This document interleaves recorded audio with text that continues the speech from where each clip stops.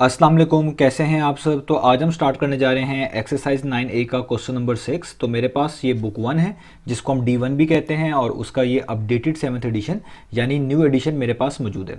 तो इस new addition का ये चैप्टर नंबर 9 चल रहा है। मैंने इस चैप्टर नंबर 9 के नेम से एक सेपरेट प्लेलिस्ट बनाई हुई है, उसका लिंक भी नीचे डिस्क्रिप्शन में दिया हुआ है ताकि आपको इस चैप्टर से रिलेटेड तमाम सोल्यूशंस एक ही जगह पर आसानी से इसी एक प्लेलिस्ट में मिल सकें। इसके अलावा आपको डिस्क्रिप्शन में मेरे सोशल अकाउंट्स के लिंक यानी मेरी फेसबुक प्रोफाइल और मेरी इंस्टाग्राम प्रोफाइल का लिंक भी मिल जाएगा। आप इन्हीं अकाउंट्स के थ्रू अपने क्वेश्चंस को, सजेशंस को मुझ तक भी पहुंचा सकते हैं। तो आइए स्टार्ट कर लेते हैं क्वेश्चन नंबर 6 को। मैंने क्वेश्चन नंबर 6 की स्टेटमेंट को नीचे नोट डाउन कर लिया है, हम वहीं से इसको रीड करते हैं, समझते हैं और सॉल्व करते हैं। तो अब आपको सामने स्क्रीन पर क्वेश्चन नंबर 2 की स्टेटमेंट लिखी हुई नजर आ रही है, नीचे दो डिफरेंट फिगर्स भी बनी हुई नजर आ रही हैं जो मैंने आपकी आसानी के लिए रेफरेंस के तौर पे बनाई हैं। तो सबसे पहले हम क्वेश्चन नंबर 2 की स्टेटमेंट को रीड करेंगे, इसको अच्छे से समझेंगे, उसके बाद हम इसका सोल्यूशन स्टार्ट करेंगे। तो आइए इसकी स्टेटमेंट को रीड कर लेते हैं। तो यहाँ पे लिखा हुआ है आ रेक्टेंगुलर ब्लॉक ऑफ मेटल। तो रेक्टेंगुलर ब्लॉक ऑफ मेटल से क्या मुराद है, मैंने नीचे आपकी आसानी के लिए एक रेक्टेंगुलर ब्लॉक रेफरेंस के तौर पे बनाया है। तो रेक्टेंगुलर ब्लॉक एक ऐसे ब्लॉक को बोलते हैं जिसके तमाम के तमाम फेसेस रेक्टेंगल की शेप के हों, यानी एक तरह का क्यूबाइड हो, क्योंकि क्यूबाइड भी ऐसी 3 डायमेंशनल फिगर होती है जिसके तमाम के तमाम फेसेस रेक्टेंगल की शेप के होते हैं। तो मैंने आपकी आसानी के लिए एक रेक्टेंगुलर ब्लॉक यहाँ पर बना दिया, आप देख सकते हैं इसके तमाम के तमाम फेसेस रेक्टेंगल की शेप के हैं, इसलिए हम इसको रेक्टेंगुलर ब्लॉक बोल रहे हैं। और आगे जो वर्ड यूज हुआ है ऑफ मेटल, इससे मुराद है कि ये रेक्टेंगुलर ब्लॉक मेटल का बना हुआ है, इसलिए हम इसको कह रहे हैं रेक्टेंगुलर ब्लॉक ऑफ मेटल। आगे आपको इसकी डायमेंशंस बताई जा रही हैं, आप देख सकते हैं यहाँ पे लिखा हुआ है इज 0.24 मीटर लॉन्ग, ये आपको इस रेक्टेंगुलर ब्लॉक ऑफ मेटल की लेंथ बताई गई है। उसके आगे आप देखें लिखा हुआ है 0.19 मीटर वाइड, ये आपको इसी रेक्टेंगुलर ब्लॉक की विड्थ बताई गई है। आप विड्थ को ब्रेड्थ भी कह सकते हैं, ये इसके अल्टरनेट कह लें वर्ड यूज करते हैं, विड्थ और ब्रेड्थ को अल्टरनेटिवली यूज कर रहे होते हैं। ये दोनों सिनोनिम वर्ड्स हैं, आप इसको ब्रेड्थ बोल लें या विड्थ बोल लें, यहाँ पर कोई इशू नहीं है। तो आपको इसी रेक्टेंगुलर ब्लॉक ऑफ मेटल की विड्थ यानी ब्रेड्थ भी बता दी गई है। और एट द एंड आप देखें लिखा हुआ है एंड 0.15 मीटर हाई, ये आपको इसी रेक्टेंगुलर मेटल ब्लॉक की हाइट बता दी गई है। तो आपको स्टेटमेंट के स्टार्ट में ही एक ऐसा रेक्टेंगुलर ब्लॉक जो कि मेटल का बना हुआ है, उसकी लेंथ, उसकी ब्रेड्थ या विड्थ बोल लें और उसकी हाइट, ये तीनों चीजें बता दी गई हैं। आगे आप रीड करें तो यहाँ पे लिखा हुआ है if the metal block is melted to form a cube. तो अब वो चाहते हैं क्या, वो कह रहे हैं कि अगर हम इस रेक्टेंगुलर मेटल ब्लॉक को मेल्ट करें और मेल्ट करने के बाद जो चीज हमें मिले उससे हम एक क्यूब बना लें। तो आगे मेंशन्ड है लिखा हुआ find the length of each side of the cube. तो आपने उस क्यूब की हर साइड की लेंथ को फाइंड आउट करके दिखाना है। और क्यूब जो ज्योमेट्रिकल फिगर होती है वो भी मैंने यहाँ पर रेफरेंस के तौर पे बनाई हुई है। इस शेप को हम बेसिकली क्यूब बोलते हैं और क्यूब के तमाम फेसेस स्क्वायर शेप के होते हैं, इसलिए इसकी लेंथ, इसकी ब्रेड्थ या विड्थ बोल लें और इसकी हाइट, तीनों की तीनों एक जैसी होती हैं। तो ये अब आपके पास क्वेश्चन है। तो उम्मीद है आपको क्वेश्चन समझ आ गया कि हमारे पास एक रेक्टेंगुलर मेटल ब्लॉक है जिसकी लेंथ, ब्रेड्थ और हाइट हमें तीनों बताई गई हैं। हमने इसको मेल्ट करना है और मेल्ट करने के बाद इससे एक क्यूब बनाना है और उस क्यूब की हमें हर साइड की लेंथ चाहिए और क्यूब की तमाम साइड्स की लेंथ एक जैसी ही होती है। तो आप किसी भी एक साइड की निकालेंगे तो बाकी साइड्स की ऑटोमेटिकली आपको पता चल ही जाएगी। तो अब हम इसका सोल्यूशन स्टार्ट करते हैं। तो सोल्यूशन हम कैसे करेंगे, मैंने आपको पहले भी इस चैप्टर के अंदर बताया कि जब भी आपके पास ऐसे क्वेश्चंस आए जिसमें किसी एक चीज को मेल्ट करके उससे कोई और चीजें बनाई जा रही हो, तो ये क्वेश्चंस वॉल्यूम से रिलेटेड होते हैं। तो वॉल्यूम क्या होता है, वॉल्यूम का मतलब होता है कैपेसिटी। वॉल्यूम आपको ये बता रहा होता है कि किसी ऑब्जेक्ट की कैपेसिटी कितनी है, उसके अंदर कंटेनिंग पावर कितनी है। और किसी चीज की कंटेनिंग पावर आपको पता हो तभी आप आसानी से बता पाते हैं कि उस चीज से फर्दर कितनी चीजें हम बना सकते हैं, किस तरह की चीजें बना सकते हैं। ये तमाम के तमाम चीजें वॉल्यूम से यानी कैपेसिटी से रिलेटेड होते हैं। तो अगर आप ये चाहते हैं कि हम इस रेक्टेंगुलर मेटल ब्लॉक को मेल्ट करके एक क्यूब बनाएं, तो जिस चीज को आपने मेल्ट करके एक क्यूब बनाना है, यानी जिस चीज से आपने दूसरी चीज बनानी है, आपको उसी चीज की कैपेसिटी यानी उस चीज का वॉल्यूम हमेशा मालूम होना चाहिए। तो आपने क्योंकि इस ब्लॉक ऑफ मेटल को, जो कि रेक्टेंगुलर ब्लॉक ऑफ मेटल है, इसको मेल्ट करके एक क्यूब बनाना है, तो इसलिए आपको पहले इस रेक्टेंगुलर मेटल ब्लॉक का वॉल्यूम पता होना चाहिए। तो इसलिए हम सबसे पहले उसी को फाइंड आउट करेंगे। तो मैं यहां पे लिखूंगा volume of a rectangular metal block, of a rectangular metal block. तो हम पहले इसका वॉल्यूम निकालेंगे, मेटल ब्लॉक। अब वॉल्यूम निकालने का जो जनरल फॉर्मूला होता है वो होता है length multiply by breadth multiply by height, या आप कह लें length multiply by width multiply by height. आप इन दोनों वे से इस चीज को रिप्रेजेंट भी कर सकते हैं, बोल भी सकते हैं और सॉर्ट आउट भी कर सकते हैं। क्योंकि रेक्टेंगुलर मेटल ब्लॉक एक तरह का क्यूबाइड का शेप का ही होता है और क्यूबाइड के लिए हम वॉल्यूम का फॉर्मूला ये यूज कर रहे होते हैं कि लेंथ को, ब्रेड्थ को और हाइट को मल्टीप्लाई कर रहे होते हैं। तो हम यहाँ पे लिख रहे होते हैं length multiply by breadth multiply by height. और इसमें अब आपने कंफ्यूज नहीं होना है कि मैं ब्रेड्थ का वर्ड यूज करूं या विड्थ का यूज करूँ, दोनों के मीनिंग सेम ही हैं। तो यहाँ पर हम इसलिए अब इसमें वैल्यूज पुट करेंगे। तो लेंथ हमारे पास गिवन है 0.24 मीटर, तो लेंथ की जगह मैं लिख दूंगा 0.24, मल्टीप्लाई का सिंबल ब्रेड्थ या विड्थ आप कह लें वो हमारे पास गिवन है 0.19, तो इसकी जगह पे लिख देंगे 0.19, मल्टीप्लाई का सिंबल आगे हाइट आपको गिवन है 0.15, तो आप यहाँ पे लिख देंगे 0.15। अब आपने इन तीनों चीज़ों को मल्टीप्लाई करना है, मल्टीप्लाई करना आपको आता है, आसानी के लिए और टाइम बचाने के लिए मैं कैलकुलेटर का यूज़ कर रहा हूँ, अदरवाइज मल्टीप्लिकेशन आपको आसानी से पता है। तो आप यहाँ पर 0.24 को मल्टीप्लाई करेंगे 0.19 से और फर्दर इसको मल्टीप्लाई करेंगे 0.15 से, यानी आपने इन तीनों वैल्यूज को मल्टीप्लाई करना है। तो आप कैलकुलेटर में देख सकते हैं मैंने तीनों वैल्यूज को जो है मल्टीप्लिकेशन के सिंबल के साथ इस तरह मेंशन कर दिया है। आप इक्वल टू प्रेस करेंगे तो इस तरह की फ्रैक्शन आएगी। इन कैलकुलेटर्स में ये SD वाला बटन होता है, आप इसको प्रेस करेंगे तो आपके पास कुछ इस तरह की वैल्यू आ जाएगी जिसमें 10⁻³ मेंशन होगा।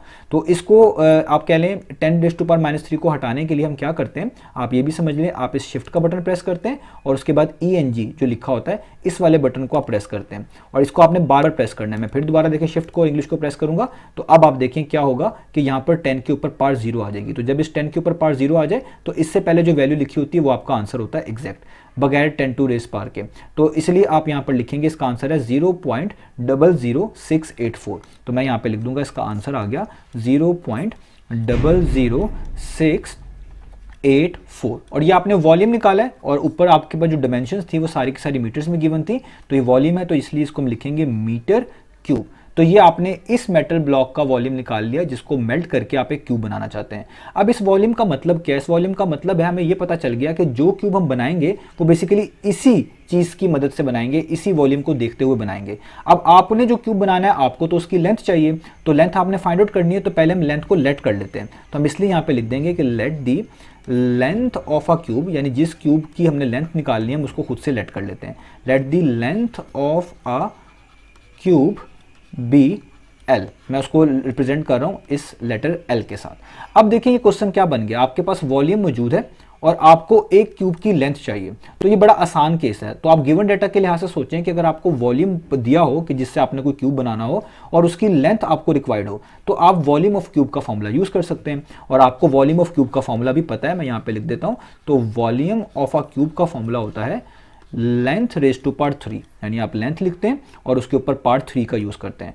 तो देखें ये फॉर्मूला आपको आसानी से बता सकता है कि जिस क्यूब को आप बनाना चाह रहे हैं इस रेक्टेंगुलर मोटल ब्लॉक को मेल्ट करने के बाद, क्योंकि मेल्ट करने के बाद जो ये चीज़ हमें मिली ये हमें वॉल्यूम बताता है और इसी वॉल्यूम को हम यूज कर रहे हैं उस क्यूब की लेंथ फाइंड आउट करने के लिए जो कि हम चाहते हैं। तो आपके पास वॉल्यूम पहले से ही है जिससे आपने क्यूब बनाना है और लेंथ आपने खुद से L लेट करी हुई है। तो वॉल्यूम ऑफ क्यूब का फॉर्मूला होता है लेंथ रेज टू पावर 3। अब जस्ट इसमें वॉल्यूम की जगह पे वॉल्यूम की वैल्यू पुट कर दें, आपको लेंथ ऑटोमेटिकली पता चल जाएगी। तो देखिए मैं वॉल्यूम ऑफ क्यूब की जगह पे यहां पर लिख देता हूं इसकी वैल्यू जो कि ऊपर फाइंड आउट की थी 0.00684 और यहां पे जो L रेज टू पावर 3 है ये वैसे का वैसे ही रहेगा और यहां पे ये L रिप्रेजेंट भी क्या कर रहा है उस क्यूब की लेंथ जो हमें रिक्वायर्ड है। और क्यूब की तमाम लेंथ एक जैसी होती है तो एक भी निकाल लेंगे तो सारी आ जाएंगी।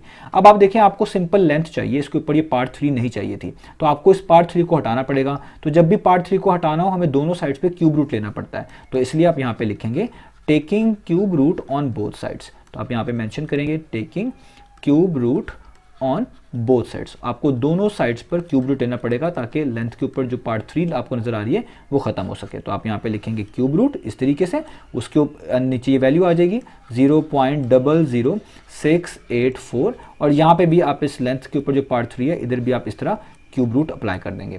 तो आपको हमेशा ये चीज़ें याद रहनी चाहिए कि क्यूब जो होता है वो क्यूब रूट से कैंसिल हो जाता है, स्क्वायर रूट से कैंसिल हो जाता है। तो इधर ये क्यूब इस क्यूब रूट से क्या हो जाएगा कैंसिल। तो यहाँ पे जस्ट बच जाएगी लेंथ और ये आपको फाइंड आउट करनी पड़ेगी कैलकुलेटर की मदद से। आपको कैलकुलेटर अलाउंगे इस तरह के क्वेश्चन में, तो मैं इसलिए यहाँ पर यूज़ कर रहा हूँ। तो क्यूब रूट में लिखूंगा तो शिफ्ट का बटन दबाऊंगा और मेरे पास ये वाला बटन है मेरे कैलकुलेटर में, तो आपके पास क्यूब रूट आ जाएगा। उसके नीचे मैं ये वैल्यू लिखूंगा जो कि 0.00684, ये मैंने वैल्यू लिख दी, मैंने इक्वल टू प्रेस किया तो मेरे पास इसका आंसर आ रहा है जिसको भी मैंने फर्दर 3 सिग्निफिकेंट फिगर तक राउंड ऑफ करना है। तो वो आंसर आ रहा है 0.1898, मैं यहाँ तक लिख रहा हूँ। तो मेरे पास आंसर आ रहा है 0.1898 और ये लेंथ है और लेंथ की डायमेंशंस वही होंगी जो ऊपर क्वेश्चन के अंदर आपको चीज़ों की डायमेंशंस दी गई थी, यानी मीटर्स दी गई थी। तो इसलिए आप इसके आगे क्या लगाएंगे मीटर। अब आपने इस आंसर को 3 सिग्निफिकेंट फिगर तक राउंड ऑफ करना है, तो वो मैं यहाँ पर रफ वर्क में कर देता हूँ। तो इसमें वैल्यू को लिखता हूँ ये 0.1898 0.98। तो 3 सिग्निफिकेंट फिगर कहाँ तक बनते हैं? तो ये जो पहले जीरो होता है डेसिमल से पहले, इसको तो हम सिग्निफिकेंट नहीं मान रहे होते हैं, तो डेसिमल के बाद वालों को मान रहे होते हैं। तो डेसिमल के बाद जो है पहला डिजिट ये सिग्निफिकेंट फिगर है, दूसरा ये सिग्निफिकेंट फिगर है, तीसरा ये सिग्निफिकेंट फिगर है। तो यहाँ तक हम अपने आंसर को कोट करते हैं इस बुक के अंदर। तो अब जब आपने 3 काउंट कर ली, तो 3 से जो आगे डिजिट आ रहा है राइट पर, आपने वो देखना होता है कि वो 5 या 5 से अगर बड़ा होगा तो आप लास्ट वाले डिजिट में, प्रीवियस डिजिट में 1 ऐड कर देंगे। तो आप यहाँ पर देख सकते हैं जो अगला डिजिट है जिसमें मैंने सर्कल किया वो 5 से बड़ा 8 है। तो आपको क्या करना पड़ेगा, आपको इस 9 में 1 ऐड करना पड़ेगा। तो जब आप इस 9 में 1 ऐड करेंगे, इस वाले 9 में, तो ये 9 तो बन जाएगा 10। तो 9 का 10 होने का मतलब है ये 0 हो जाएगा, और वो जो 1 आएगा 10 का जो 1 होगा वो इधर 8 के ऊपर आप लिख के प्लस कर सकते हैं। तो 8 + 1 कितना हो जाएगा 9, और ये 1 वैसे का वैसे ही रहेगा, पीछे डेसिमल भी वैसे का वैसे ही रहेगा, और यहाँ पे ये 0 भी वैसे का वैसे ही रहेगा। तो ये आपने एक तरह का इसको 3 सिग्निफिकेंट फिगर तक राउंड ऑफ कर लिया। तो आपका बेसिकली आंसर आ गया 0.190। तो जब भी 9 को आप 10 बनाते हैं तो बेसिकली ये 89 90 बन जाता है। तो इसलिए मैंने यहाँ पे 90 कर दिया और वैसे भी आपको समझा दिया। तो 3 सिग्निफिकेंट फिगर तक इसका आंसर बनता है, वो बनता है 0.190। तो ये 1 वैसे ही आया, 8 को आपको पता है 9 बन चुका था, 9 10 हुआ था, उसका 0 यहाँ पर आ गया। तो ये इस तरीके से हम इसको मैनेज कर लेते हैं, समझ लेते हैं। तो आपकी फाइनल लेंथ आ गई, ये 3 सिग्निफिकेंट फिगर तक है, इसलिए मैं इसके आगे लिखूंगा 3SF। तो आपका आंसर आ गया length of a cube 0.190 metre. यही आपने फाइंड आउट करके दिखानी थी। तो उम्मीद है आपको ये क्वेश्चन समझ आया होगा। तो इस तरीके से हमने इस क्वेश्चन को करना था। इंशाल्लाह अब हम नेक्स्ट वीडियो से मिलेंगे बाकी सॉल्यूशंस के साथ।